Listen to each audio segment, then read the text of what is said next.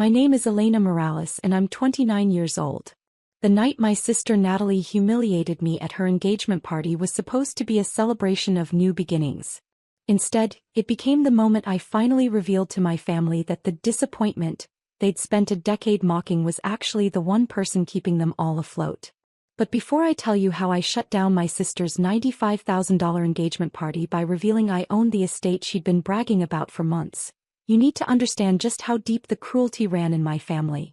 I arrived at the Willowbrook estate at 6:15 p.m. on a warm evening in late September. The property was breathtaking. A historic mansion set on 12 acres of manicured gardens, with string lights hanging from ancient oak trees and a view of the valley that looked like something from a painting. I'd purchased the estate 11 months ago for $1.8 million, and every time I looked at it I still felt a thrill of accomplishment. What made tonight special wasn't just that it was beautiful. It was that my sister had no idea she was hosting her engagement party on my property. I parked in the guest lot and walked toward the main entrance, where a welcome table had been set up with place cards and a guest book. A young woman in a catering uniform greeted me with a bright smile. "Welcome to the Natalie and Trevor engagement celebration. Can I have your name?" "Elena Morales," I said. "I'm Natalie's sister." Her smile faltered slightly as she searched through the place cards. She picked up a clipboard, scanned it, then looked back at me with confusion. "I'm sorry, I don't see you on the primary guest list. Let me check the secondary list." "Secondary list?" I asked, though I already knew what that meant. "Oh, it's just, sometimes there are different tiers of guests with different access levels." She found my name and her expression shifted to something between embarrassment and pity. "Here you are. You're on the observer list." She handed me a badge clipped to a gray lanyard. Unlike the other badges I could see guests wearing, ivory with gold trim that said family and friends, mine was plain gray with black text, "Guest Observer Limited Access." "What does limited access mean?" I asked, though again I already knew. I'd seen the access lists Natalie had submitted to my estate manager 3 weeks ago. I'd approved them personally, curious to see exactly how far she'd go. "It means you can attend the ceremony and watch the celebration, but you don't have access to the buffet, the bar, or the formal seating areas. There's a viewing section set up on the side terrace." She looked genuinely uncomfortable delivering this information. "I'm sorry. I just work for the catering company." "It's not your fault," I told her, clipping the badge around my neck. The gray lanyard hung heavy and obvious against my navy dress, a visual marker of my second-class status that everyone could see. I walked through the main entrance of the estate I owned, past the marble floors I'd had restored, under the crystal chandelier I'd spent $40,000 having rewired and cleaned, into the grand ballroom where 83 guests were already mingling with champagne and hors d'oeuvres. The moment I stepped through the doorway I felt heads turn. People glanced at my gray badge then quickly looked away. A few whispered to each other. I recognized most of the guests. Family members, my parents' friends, people from Natalie's social circle. Every single one of them wore the ivory and gold family and friends badge. My sister Natalie stood near the French doors leading to the garden terrace, radiant in a white cocktail dress that probably cost $2,000. Her fiancé Trevor stood beside her in a tailored suit, his arm around her waist. They were holding court, accepting congratulations, laughing at jokes, posing for photos. My parents stood nearby, my mother in an elegant emerald gown, my father in a tuxedo, both beaming with pride. Natalie saw me and her smile widened, not with warmth but with something sharp and triumphant. She grabbed a microphone from the nearby podium and tapped it for attention. Everyone, can I have your attention for just a moment?" The room quieted. All 83 guests turned toward her. I stood near the entrance, suddenly very aware that I was about to become the center of attention in a way I absolutely did not want. "I just want to take a moment to acknowledge someone special," Natalie said, her voice dripping with false sweetness. She pointed directly at me. "My sister Elena is here. Everyone, that's my sister right there by the door." People turned to look at me. I forced myself to smile and give a small wave. "Now, some of you might notice that Elena has a different badge than the rest of us," Natalie continued, gesturing to her own ivory and gold lanyard. "That's because this is a very special, very intimate celebration and we wanted to make sure we had the right people in the right places. Elena's badge says, Guest Observer, which means she can watch and enjoy the celebration, But this is really for family only. Real family. The silence that followed was excruciating. I could see people shifting uncomfortably, not sure whether to laugh, agree, or pretend they hadn't heard. A few looked genuinely shocked. No buffet access for observers, I'm afraid, Natalie added with a light laugh. This is for real family only. But Elena, we're so glad you could come and watch. Trevor and I wanted you to see what a real celebration looks like. Trevor, her fiancé, actually high-fived her. He raised his hand and she slapped it with a grin, as if she'd just delivered the perfect punchline to a joke. A few people in the crowd chuckled nervously. Most just stared at me, waiting to see how I'd react. My mother was smiling, not broadly but enough that I could see she approved of this public humiliation. My father looked slightly uncomfortable but said nothing. My Aunt Rosa, standing near the bar, looked down at her drink. My cousin Marcus whispered something to his wife, who shook her head in response. I stood there with my gray guest observer badge hanging around my neck, took a deep breath and said, "Thanks, Natalie. Beautiful party. The estate looks wonderful." "Doesn't it?" she said brightly. Trevor and I searched for months to find the perfect venue. Willowbrook Estate is exclusive. They don't just let anyone host events here. You have to meet certain standards. "I'm sure that's true," I said evenly. She turned back to the crowd, dismissing me. "Now everyone, please enjoy the champagne. The ceremony will begin in 30 minutes on the garden terrace." The crowd returned to their conversations, though I could feel eyes on me as I moved through the room. The gray badge was like a scarlet letter, announcing to everyone that I was less than unworthy, an observer of a life I'd never be part of. I walked toward the side terrace where the viewing section had been set up, a row of folding chairs positioned behind the main seating area, with a partial view of where the ceremony would take place. It was the kind of seating you'd give to vendors or staff, not family members. As I sat down in the back row, a familiar voice said, "This is messed up, Elena." I looked up to see my cousin Marcus standing there with 2 glasses of champagne. He handed me one despite the fact that my badge clearly stated I had no bar access. "Thanks, Marcus," I said, accepting the glass. He sat down beside me, his own ivory and gold badge a stark contrast to my gray one. "I don't know what's going on with Natalie, but this is wrong. You're her sister. You should be up there with the family, not back here like some random person off the street." "Natalie has her reasons," I said carefully. "What reasons? What could possibly justify this?" He gestured around at the viewing section, the gray badge, the public announcement. "This is cruel." I appreciated his support, but I couldn't tell him the truth yet. Instead I said, "Let's just get through tonight. I'll be fine." He shook his head but didn't push further. He stayed with me for a few minutes, making small talk, trying to normalize the situation. Then his wife called him back to the main area, and I was alone again with my gray badge and my folding chair and my view of the family that had decided I didn't belong. If you're genuinely enjoying this story, I'd really appreciate it if you could hit that like button.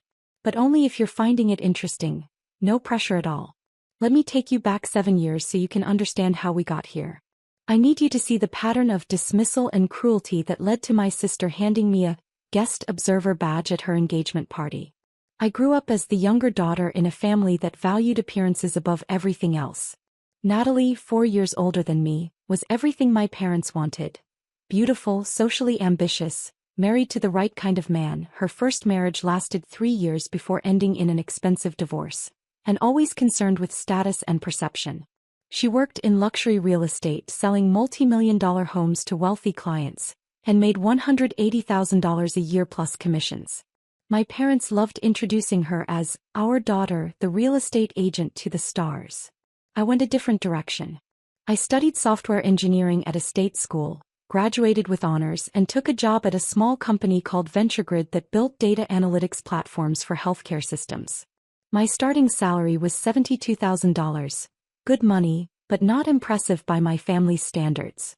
My parents told people I worked in computers, with the same tone they might say works in retail. VentureGrid was a startup with 12 employees when I joined. I was employee number 8, brought on to develop the core infrastructure for their predictive analytics engine. I worked insane hours, sometimes sleeping on the couch in the break room, living on coffee and takeout, building something I believed in. My family never asked about it.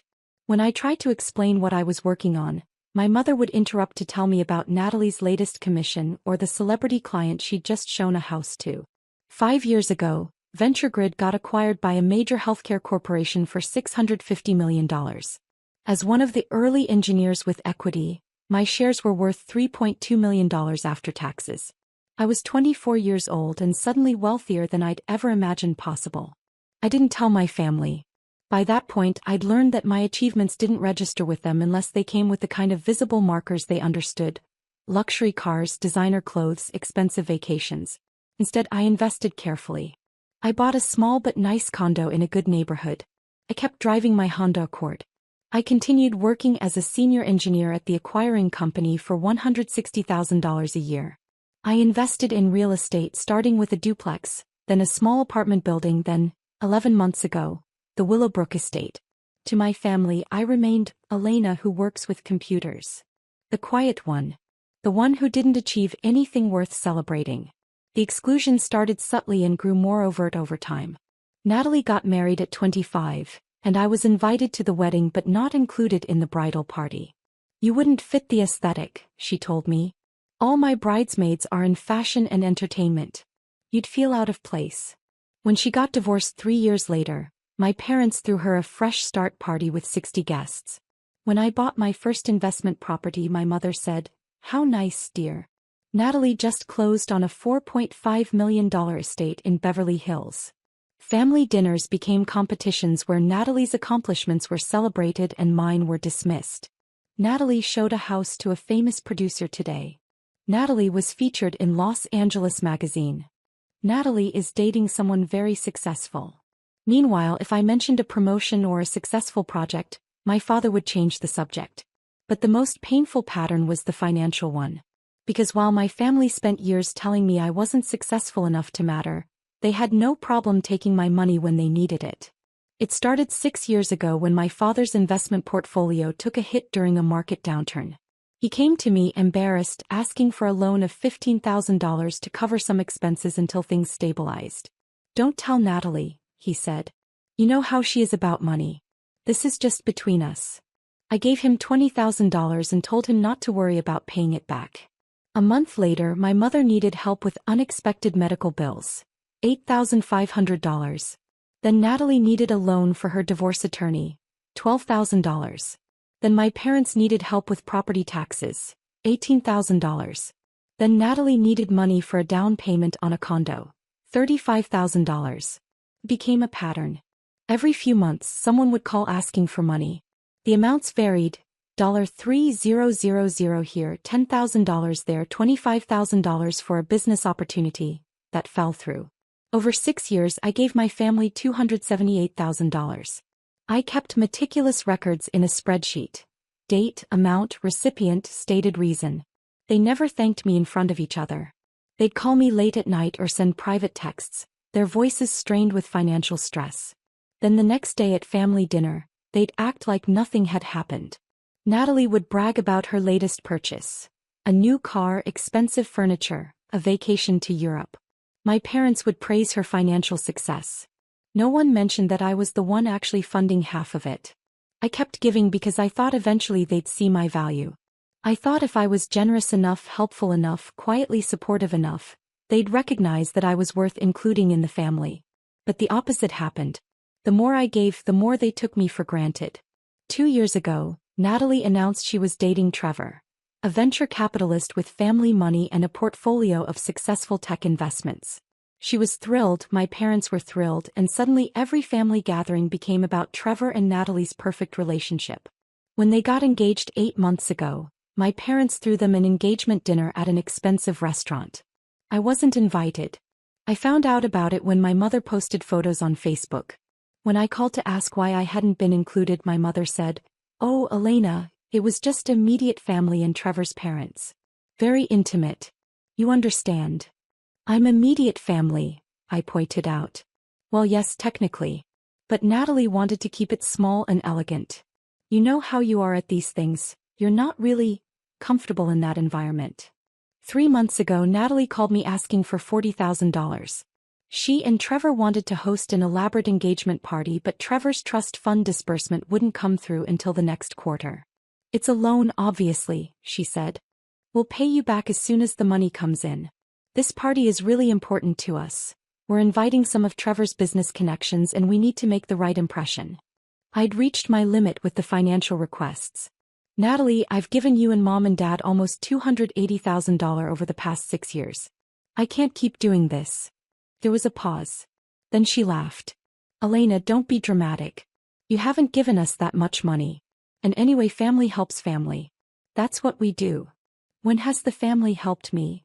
Oh please. You're being ridiculous. We include you in things, we invite you to events.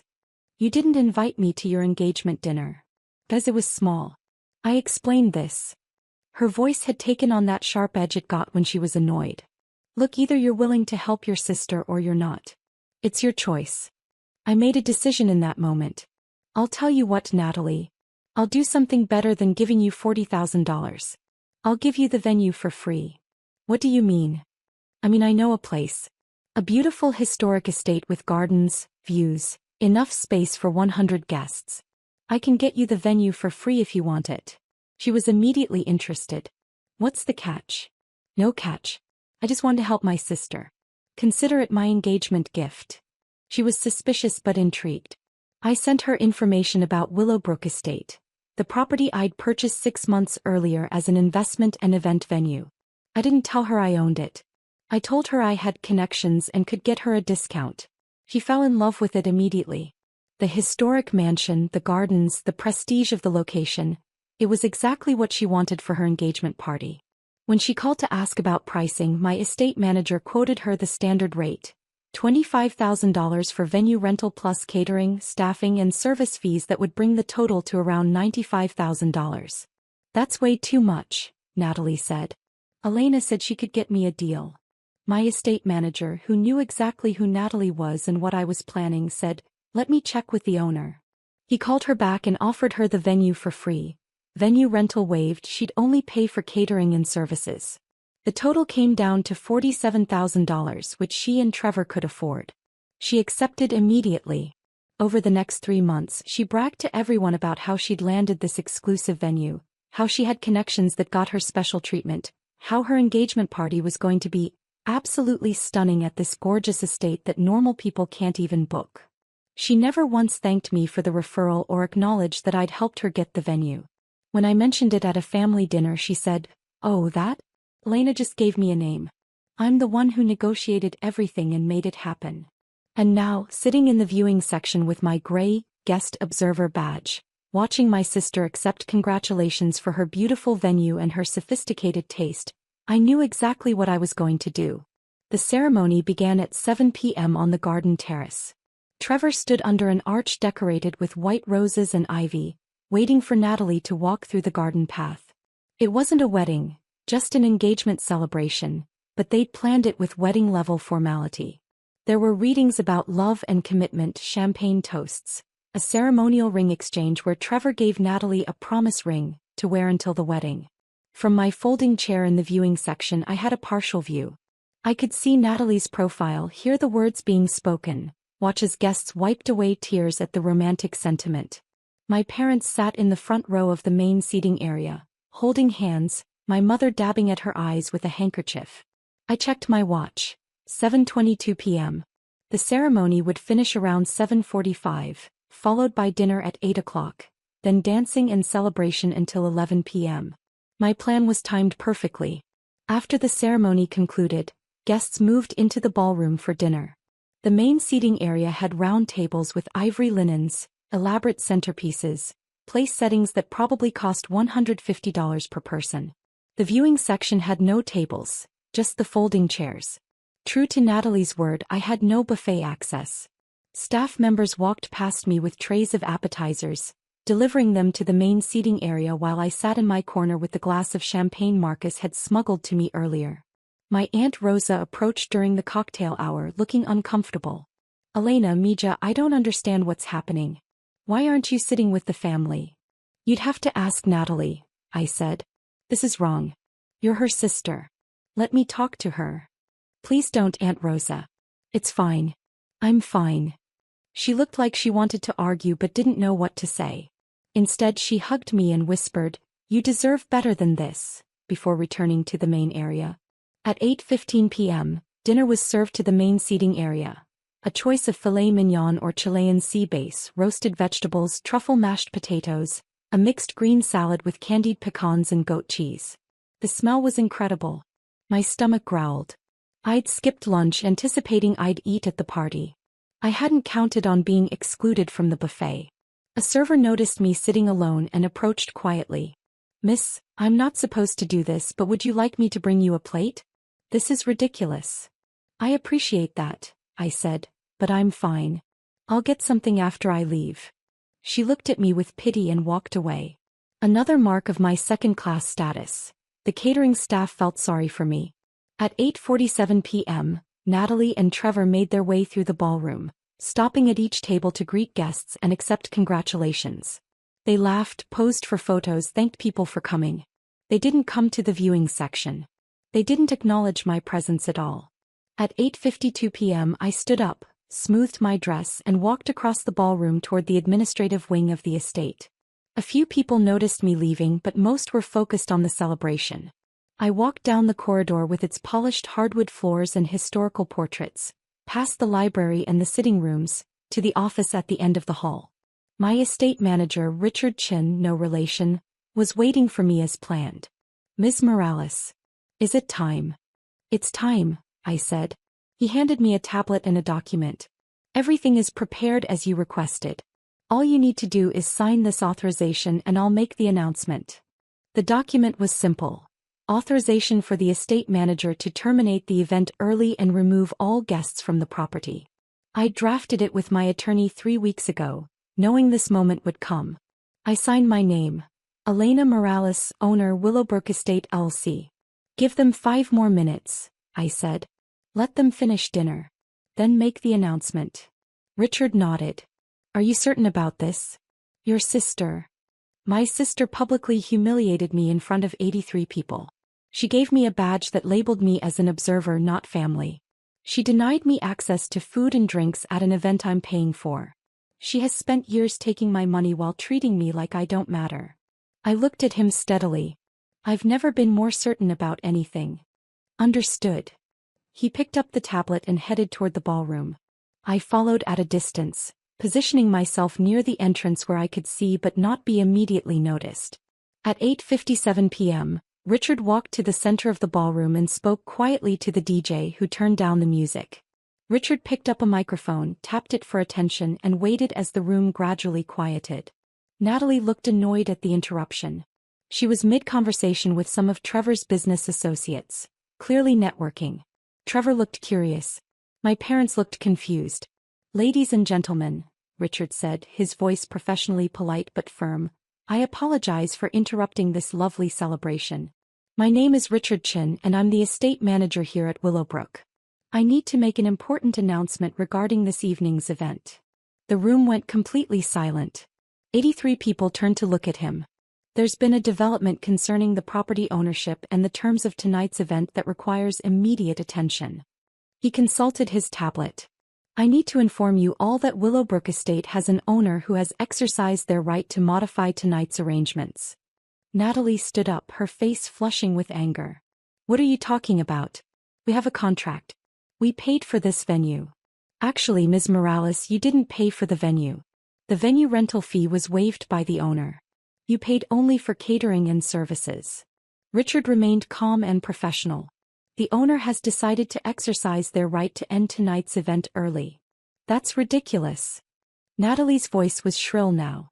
"Who's the owner? I want to speak to them right now." Trevor stood up beside her, putting on his venture capitalist voice, the one that probably intimidated junior employees and service workers. "This is completely unacceptable. We'll be filing complaints. We'll be demanding refunds. Do you have any idea who you're dealing with?" Richard didn't flinch. "I'm dealing with Ms. Natalie Morales and Mr. Trevor Ashford, who are hosting an engagement party on property owned by Ms. Elena Morales." He turned and gestured toward me, standing near the entrance. "The owner is right there." Every head in the room turned toward me. The gray guest observer badge still hung around my neck, suddenly looking ridiculous against the backdrop of what Richard had just revealed. The silence was absolute. I could see the confusion on people's faces, the shock on my parents' expressions, the dawning horror on Natalie's face as she realized what this meant. I stepped forward into the ballroom and Richard handed me the microphone. I took it, looked around at the 83 witnesses and said, "Hello everyone. For those of you who don't know me, I'm Elena Morales, Natalie's sister. The one with the guest observer badge." Natalie's face had gone from flushed to pale. "You're lying. You don't own this place. You can't afford." "I purchased Willowbrook Estate 11 months ago for $1.8 million, I said calmly. "I have the property deed, the LLC formation documents, the title insurance and 11 months of property tax payments to prove it." "Richard, would you like to show them the deed?" Richard pulled up a document on his tablet and held it so nearby guests could see. A property deed clearly showing Elena Morales as the sole owner of Willowbrook Estate LLC. My mother found her voice. "Elena, I don't understand. Where would you get $1.8 million? "From the same place I got the $278,000 I've given this family over the past 6 years, I said. "I worked for a startup that got acquired. My equity payout was $3.2 million. I invested it carefully in real estate and other ventures. I've been quite successful actually. You just never bothered to ask." My father stood up. "If you have that kind of money, why didn't you tell us?" "Because every time I tried to tell you about my work, my achievements, my success, you interrupted to talk about Natalie. Because when I bought my first investment property, Mom said it was nice, and then spent 20 minutes talking about Natalie's latest commission. Because I learned that my accomplishments didn't matter to this family unless they came with the kind of visible status markers you could brag about to your friends." Natalie had found her footing again, anger replacing shock. "So what? You own the venue. Big deal. You still can't just kick us out. We have a contract, we paid for services." "You paid $47,000 for catering and staffing," I said. "I waived the $25,000 venue fee as my engagement gift to you. That was generous of me, don't you think? Especially considering that 3 months ago, you called me asking for $40,000 to fund this party, and when I said I couldn't keep giving you money, you called me ridiculous and said family helps family." The room was riveted now. This had gone from an engagement party to something else entirely. A public unveiling of family dysfunction that no one could look away from. "When has this family ever helped me?" I continued. "You've taken $278,000 from me over 6 years. You excluded me from Natalie's engagement dinner. You gave me a guest observer badge at a party I'm essentially paying for. You announced to 83 people that I don't have buffet access because this is for real family only." I looked directly at Natalie. "You said I should watch and see what a real celebration looks like. So here's what a real celebration looks like when the person you've been mocking actually owns everything you're standing on." Trevor tried to take control of the situation. "Look, clearly there's been a family misunderstanding." "There's no misunderstanding," I said. "Natalie has spent years treating me like I'm worth less than her. She's taken my money, dismissed my achievements, and excluded me from family events. Tonight she handed me a badge that labeled me as an observer and told 83 people I'm not real family. She did that on property I own, at a party I made possible, in front of witnesses who can now see exactly who my family really is." My Aunt Rosa spoke up from her table. "Elena's right. This is wrong. I've watched this family treat her terribly for years and I didn't speak up enough. But this," she gestured at my gray badge, "this is cruel." A few other people murmured agreement. I could see some guests pulling out their phones, undoubtedly texting friends about what they were witnessing. This would be the talk of every social circle for months. Natalie's voice cracked. "You're really going to shut down my engagement party? On what's supposed to be one of the happiest days of my life?" "No," I said. "I'm not going to shut it down. The party will continue. Everyone here is welcome to stay and enjoy the rest of the evening. The catering you paid for will be served. The bar will remain open, the music will keep playing." I paused. "But I am going to make a few changes to the access badges." I nodded to Richard, who'd been holding a box of new badges. He walked to Natalie and handed her a gray, guest observer, lanyard identical to mine. "From this moment forward," I said, "Natalie and Trevor are guest observers at this event. No buffet access. No bar access. No formal seating. You can watch from the viewing section and see what a real celebration looks like when you're not considered real family. The shock on Natalie's face was complete. You can't do this. I absolutely can. It's my property. And Richard, please provide ivory and gold family and friends badges to everyone else in the room. They're all welcome to enjoy the full celebration, except for the guest observers. Richard had clearly prepared for this. He began distributing new badges to the guests, who accepted them with expressions ranging from shock to barely suppressed delight at the drama. Within minutes, everyone in the room except Natalie and Trevor wore the ivory and gold badges. My parents sat frozen at their table, looking between me and Natalie with expressions of disbelief. My mother started to cry, not the elegant tears she'd cried during the ceremony but genuine distress. "Elena, please," she said. "Don't do this to your sister. Whatever issues you have, we can talk about them later." "We're not going to talk about them later, Mom. We're done talking. You spent years telling me I wasn't successful enough, wasn't sophisticated enough, wasn't worth including in family events. You took $278,000 from me and never once said thank you in front of Natalie or Dad. You let Natalie give me a guest observer badge and announce to 83 people that I'm not real family. I looked around the room. I wanted all of you to see who they really are. I wanted witnesses. And now you all know." Trevor had his phone out, probably calling his attorney. "This is harassment. This is me exercising my property rights," I said. "You're welcome to leave if you don't like the new arrangements. Everyone else is welcome to stay and enjoy the party I'm hosting. The party I own on the property I own with the success I earned that this family never acknowledged." I handed the microphone back to Richard. "Please make sure Natalie and Trevor are comfortable in the viewing section. Everyone else, enjoy your evening. The buffet will open in 10 minutes. I walked out of the ballroom through the main entrance. Not the side entrance, not the viewing section, but straight through the center of the room with my head high and my gray badge still around my neck. A reminder of what they'd tried to make me but failed. Drop a comment and let me know where you're watching from. I love hearing from people who've dealt with difficult family dynamics. Behind me, I could hear voices rising. Natalie crying, my mother trying to calm her, Trevor on the phone barking orders, guests murmuring to each other in shock and fascination. The party would continue, but it would never be what Natalie had planned. Instead of a celebration of her engagement, it had become a demonstration of exactly how badly you can miscalculate when you underestimate someone. I went to my office in the administrative wing and sat down at my desk. My phone started ringing almost immediately. My mother, then my father, then Natalie, then Trevor, over and over. I let them all go to voicemail. They called 3 times in the next hour. At 10:15 p.m. my Aunt Rosa knocked on my office door. "Can I come in?" "Of course." She sat down across from me, still wearing her ivory and gold family and friends badge. That was quite a reveal out there. Was it too much?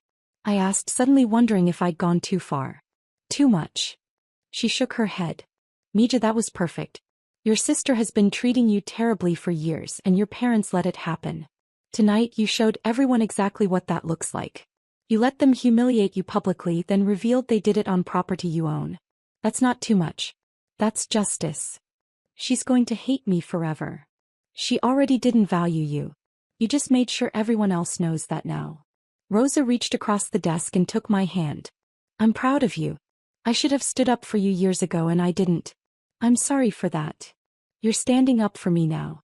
That matters." She stayed with me for another hour and we talked about family, about patterns of behavior, about the courage it takes to finally say, enough. Then she went back to the party where apparently most of the guests had stayed, enjoying the open bar and the catering and the drama they'd just witnessed. The party ended at 11:30 p.m.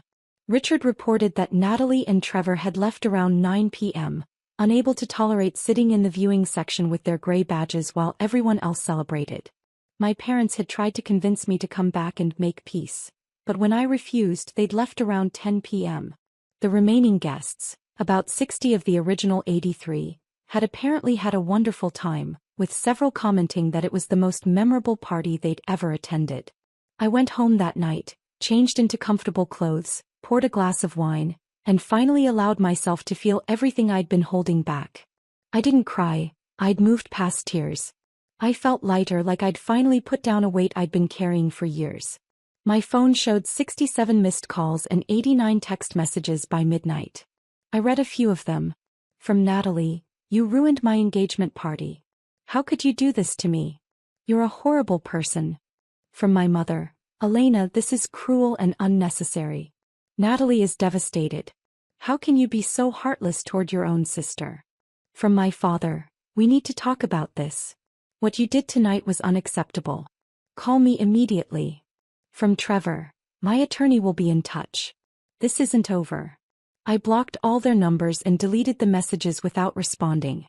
But there were other messages too. From Aunt Rosa, "You were magnificent tonight. Call me tomorrow and let's have lunch." From Marcus, "Holy shit, Elena. I had no idea. I'm sorry I didn't speak up more. You were right to do what you did." From 3 other relatives who'd been at the party. Messages of support, apologies for not defending me earlier, admiration for how I'd handled the situation. And one message from a number I didn't recognize. "Hi Elena, this is Jennifer Wu. We met briefly tonight at your sister's party. I'm a reporter for the lifestyle section of the local newspaper. Would you be willing to talk about what happened? I think a lot of people would be interested in your story about family dynamics and financial success.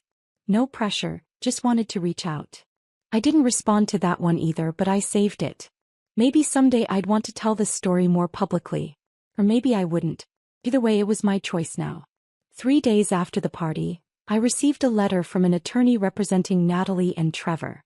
They were demanding a full refund of the $47,000 they'd paid for catering and services, claiming that I had sabotaged their event and caused them emotional distress and public humiliation. I forwarded the letter to my own attorney along with documentation. The signed contract that clearly stated the venue owner had the right to modify access privileges, video footage from the security cameras showing Natalie handing me the gray badge and making the real family-only announcement, screenshots of text messages where Natalie had asked me for $40,000 3 months earlier, and bank records showing the $278,000 I'd given the family over 6 years. My attorney responded with a letter of his own. Ms. Morales fulfilled all contractual obligations regarding the event. The catering and services paid for by your clients were provided in full. The modification of access badges was within the property owner's rights as stated in Section 7.3 of the venue contract. Ms. Morales is prepared to countersue for defamation and emotional distress if your clients continue to make false claims about her conduct. Additionally, Ms. Morales has extensive documentation of financial support provided to your clients and their family, which contradicts their claims of being victimized. I never heard from that attorney again. 6 weeks after the engagement party, my mother called from a number I hadn't blocked, my Aunt Rosa's phone. Rosa had texted me first to warn me, so I answered. "Elena, it's Mom." "I know. We need to talk." "No, we don't. Please, Elena. Your sister is getting married in 8 months. She wants you to be there. We want you to be part of the family again." "I was never part of the family, Mom. That's what the guest observer badge was about. That's what years of exclusion and dismissal were about. Natalie made it very clear that I'm not real family." She didn't mean it that way. She absolutely meant it that way. She said it into a microphone in front of 83 people. She had special badges made. She announced that I couldn't access the buffet because it was for real family only. There's no other way to interpret that. My mother was quiet for a moment. Then, "She's sorry. We're all sorry. We didn't realize." "You didn't realize what? That I had money? That I was successful? That I owned property? Would you have treated me better if you'd known? Because that's not actually an apology, Mom. That's you being sorry you miscalculated, not sorry you were cruel. That's not fair. What's not fair is taking $278,000 from me while telling me I'm not successful. What's not fair is excluding me from family events because I didn't have the right kind of job or the right kind of lifestyle to show off to your friends. What's not fair is watching Natalie get praised for buying things with money I gave her while I got labeled as the family disappointment. We made mistakes, my mother said, her voice cracking. But we're family. Family forgives each other. Family also respects each other. Family doesn't hand out guest observer badges to their own sisters. Family doesn't take money for 6 years without saying thank you. You want me to forgive you, but you haven't actually changed anything. You just want me to go back to being the quiet one who gives you money and accepts being treated as less than. So that's it? You're just done with all of us. I'm done being treated like I don't matter. If you want a relationship with me, it has to be built on actual respect, not on you realizing I have assets worth acknowledging. Until then, yes. I'm done. I hung up. Aunt Rosa called me right after. I'm proud of you, she said. That took strength. It doesn't feel like strength. It feels like loss. It's both. But you're losing something that was never really there in the first place. He was right. The family I'd been fighting to be part of had never actually existed. It was a fantasy I'd created, hoping that if I was good enough, generous enough, successful enough, they'd finally see my worth. But they'd never wanted to see it. They'd wanted me to stay small so they could feel big. It's been 14 months since Natalie's engagement party. The Willowbrook estate has become quite successful as an event venue. I've hosted over 40 weddings, corporate events, and celebrations in that time. The business is profitable, and I've hired a full-time staff to manage operations so I can focus on my day job and my other investments. Natalie and Trevor got married 6 months ago. I wasn't invited, not that I expected to be. I heard through Aunt Rosa that it was a beautiful wedding at a different venue, smaller and more intimate than they'd originally planned. Apparently, many of the guests from the engagement party declined the wedding invitation, claiming scheduling conflicts. Aunt Rosa suspects they didn't want to be associated with what happened or risk more family drama. My parents sold their house 4 months ago. Without my monthly financial support, they couldn't afford the mortgage and property taxes. They moved into a smaller condo in a less expensive neighborhood. I heard my father tried to take out a loan using Natalie's income as collateral, but she refused. She has her own family now, my mother told Aunt Rosa. She has to think about her future with Trevor. The golden child, apparently, doesn't shine quite so bright when there's no one else's money propping her up. I don't miss them. That's the part that surprises me most. I genuinely don't miss being part of a family that spent years making me feel worthless. I've built something better. Real relationships with people who value me for who I am, not what I can provide or how I make them look. Aunt Rosa and I have lunch every 2 weeks. Marcus and his wife came to my condo for dinner last month and apologized for not speaking up sooner. I've gotten involved in mentorship programs for women in tech, and those relationships have become more meaningful than anything I had with my biological family. Last week, I was at Willowbrook Estate reviewing plans for an upcoming wedding when I saw a couple viewing the property for their own event. The bride-to-be looked around the ballroom with wonder. "This place is perfect," she said to her fiancé. "It feels like somewhere that really values family." I almost laughed at the irony. This place, where I'd revealed to 83 people that my family had given me a guest observer badge and told me I wasn't real family, had become a symbol of celebration and belonging for other people. But maybe that's exactly the point. The family you're born into doesn't define you. The people who share your DNA aren't automatically the ones who will value your worth, support your dreams, or treat you with basic human dignity. Sometimes the most powerful thing you can do is stop fighting to be accepted by people who will never see your value, and instead build your own life with people who do. I learned that lesson at my sister's engagement party, standing in front of 83 witnesses with a gray guest observer badge around my neck, in a ballroom I owned on an estate I'd purchased with success my family never acknowledged. I learned that sometimes the best revenge isn't dramatic or cruel. It's simply revealing the truth and letting people see what's been hidden in plain sight all along. Natalie got her engagement party at her dream venue. My parents got to play the role of proud family for 83 witnesses. And I got something far more valuable: freedom from people who would never see my worth no matter what I achieved. The gray badge is framed in my office now, hanging on the wall as a reminder.